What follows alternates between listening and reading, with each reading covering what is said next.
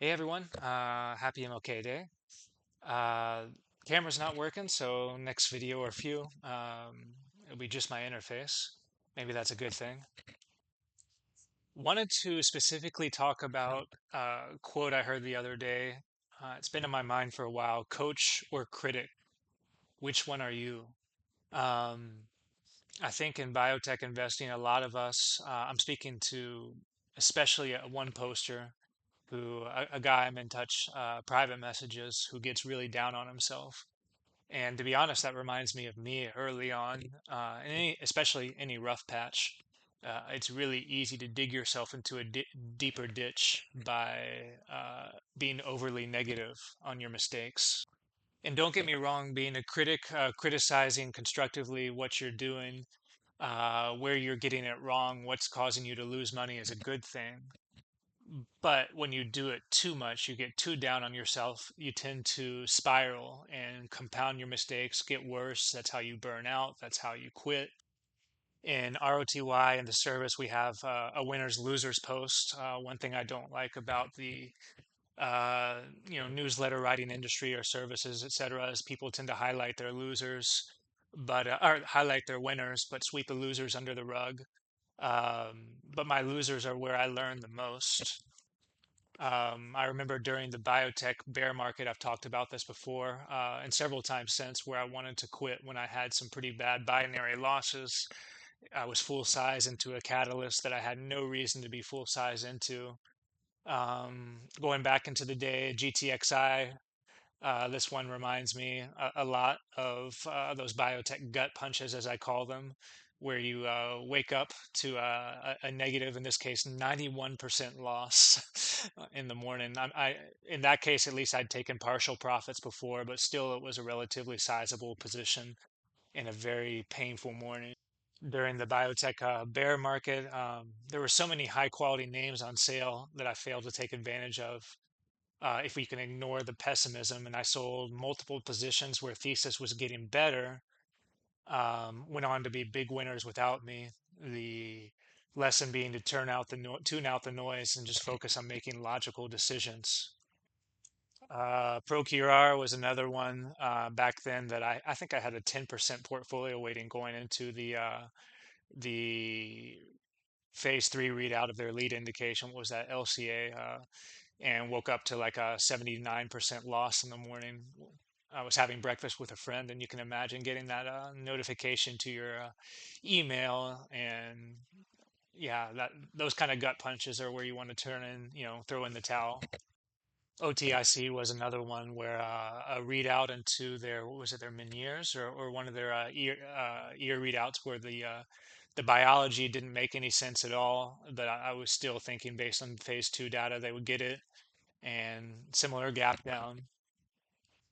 And I could go on and on into X4, which a lot of you know is a bio Twitter darling, Affimed, 70% loss, and just other ones I sold at the wrong time, Xeris, or where I drank the Kool-Aid from management.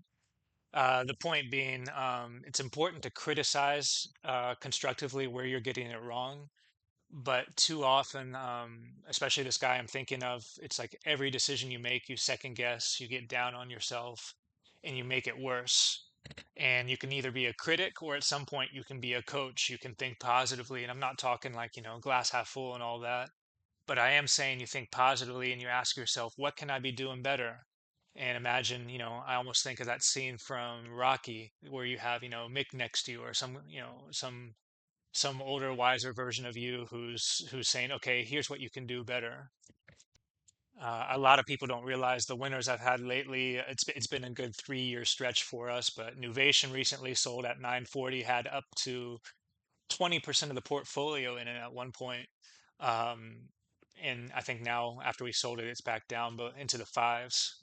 But a lot of these winners where I tried to stay patient, Tarsus, TARS, Arcutus, Arrowhead, SCPH PH was the buyout. Blueprint, Transmedics was a big one for us. The buyout in Decipher, and again, the list goes on, Rhythm. But the point being, all these winners were a result of my losers, were a result of with the losses, writing down what setups I needed to avoid. As Munger says, tell me where I'm going to die and then I won't go there. So the kind of setups I needed to avoid. And then the few where I was making money, again, I track my one.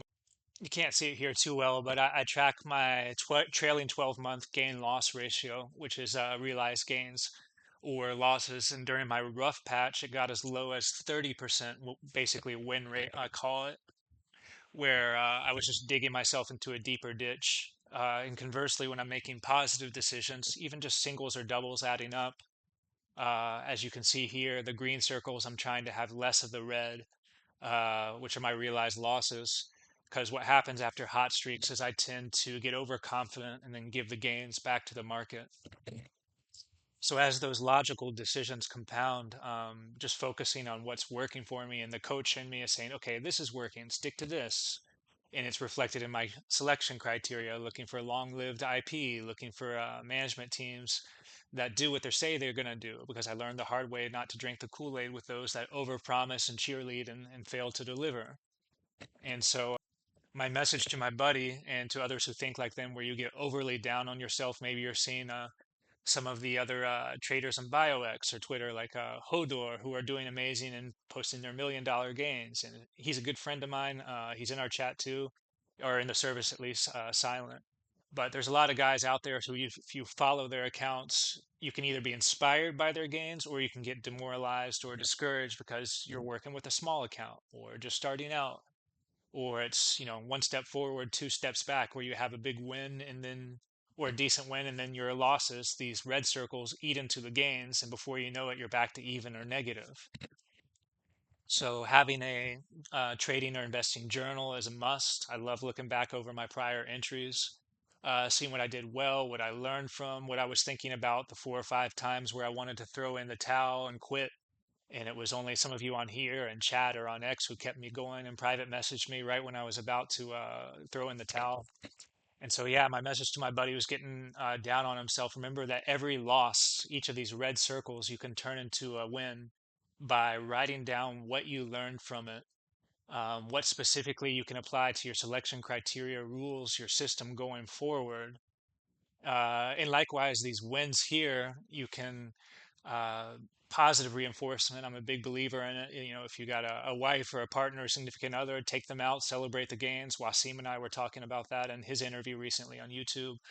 Uh, get them emotionally invested in your winning too, so that when you win, you both are celebrating it. Or if it's just you, going out with buddies, go out exploring, go on a road trip, but do things to reinforce. And it's not just these big green circles here, but even just more of the small greens and less of the small reds, less of the big reds. A big win for me here, the September stretch to present, is I don't have these huge red circles eating into my gains. So even though these circles are small, at least they're compounding. The consistency is compounding over time. And that's all we need. So currently have a lot of tickers. This is my watch list to go back and revisit. I told you all about Nuvation, revisiting that. We sold it in the nines, under six. I'd love to revisit that. Uh, an emphasis on these commercial stage names, but there are some late stage clinical as well. So I'll be looking at a lot of these over the coming weeks and months. I publish some of these within the service, JF's Daily Due Diligence, and the others in those public blog posts that you've been seeing lately that I hope help you as well in getting a jump start on your due diligence. But again, just an encouragement to you.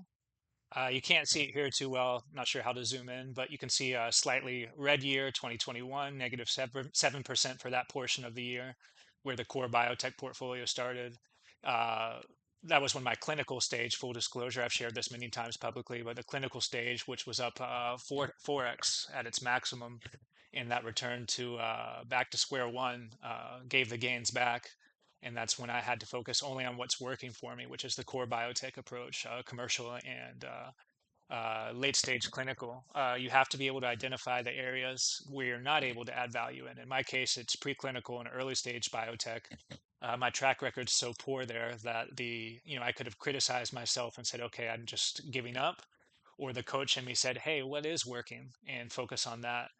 So we had minus 40% loss in 2022 in the model account. And again, that follows my personal portfolio, and that was when it was at its worst. 2023 was the turnaround. Color me the most surprised. I returned 117% that year versus basically slightly negative and slightly positive for the XBI. So 117% there. 2024, a lot of unforced errors. I was up 40 to 50% for the year. Gave a lot of that back because my bad habits regressed and I went back into early stage clinical, got burnt, and binary stuff I had no reason to be in. But still a positive 14% gain versus flat for the sector. I'll take it. And this year, positive 81% or for 2025, slightly higher in the personal. But again, that's 3 years in a row of gains compounding and not being an idiot, not getting overconfident, not giving gains back. And again, that all goes back to positive feedback, being a coach, not a critic. It's important to be critical of your mistakes where you get it wrong, but at the same time, as we said, if you get too negative, too down on yourself, that's where you're going to either give up or you're just going to make more and more mistakes. Make those out of poor emotions like FOMO, fear of missing out, because you're trying to. My weakness is when I'm doing poorly, I overtrade to try to make back the gains, make back the losses. So again, to conclude, don't want to take this over the time, but be that coach versus a critic, saying this specifically to that guy. Uh, Give yourself positive reinforcement when things are going your way. You're making positive decisions that are compounding these good decisions adding up over time. And when you do have these negative, these red circles, write down what you learned from them. Sure, a little bit of constructive criticism, but then move on. Give yourself that positive coach type take where you're like, hey, here's what you can do going forward. And that's really where the magic happens, because the winners you see that I'm stacking up the last 3 years, and especially the last year, I think they're less due to these green circles and more due to these red. I'm just trying to avoid my prior mistakes, the areas where of biotech I know I need to steer clear. You have to look in the mirror and know what are your Achilles heel, what is your the worst parts of your mentality, your investing process, uh, and that's where you need to improve in a positive manner, writing down ways you can improve and doing your best to enforce it each day. Some days we'll get it right, some days we won't. But if you do this overall, adopt this positive mindset, I can't guarantee you, but I can all but guarantee you things will go in a good direction. Cheers, my friends. That's my end of the ramble for now.